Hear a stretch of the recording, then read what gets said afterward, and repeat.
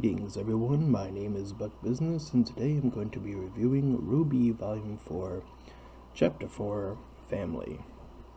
So in this episode, we finally see that Yang is dealing with her issue head-on, and her father and some of the other teachers have come together to just sort of talk about things that have been going on, joke about some stories, and have a good time.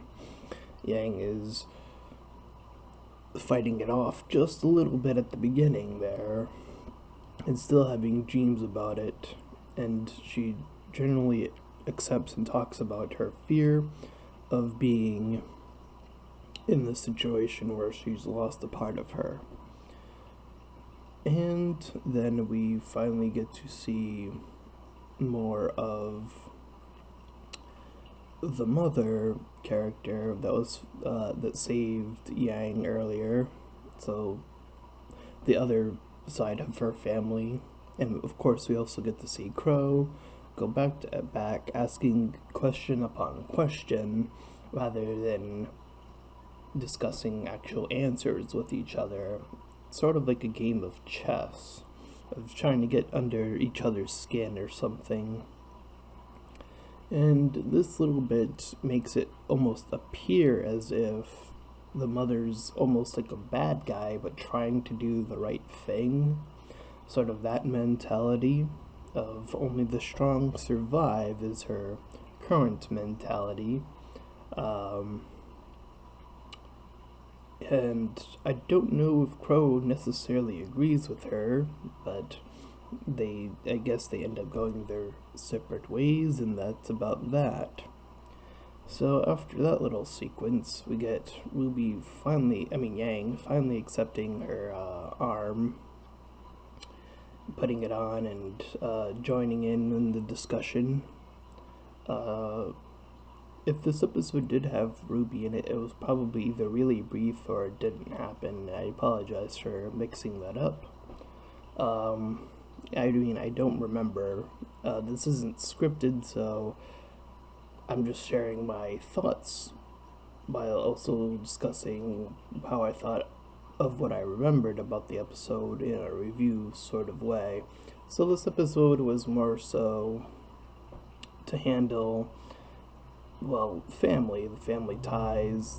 We get to see the side of the father, the side of the mother, in which each side of Yang this is going towards. And it's an interesting episode. While it doesn't have a fight, we get to see two very different perspectives of how they treat her.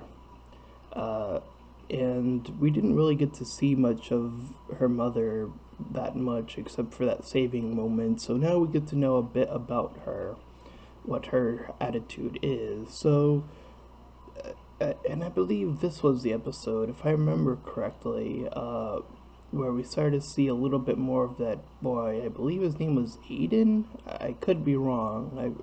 For some reason I'm remembering the name Aiden, but he seems to be doing the sort of weird dream thing, and now that we at least know his name, which I think should have been something that happened the first time, but whatever.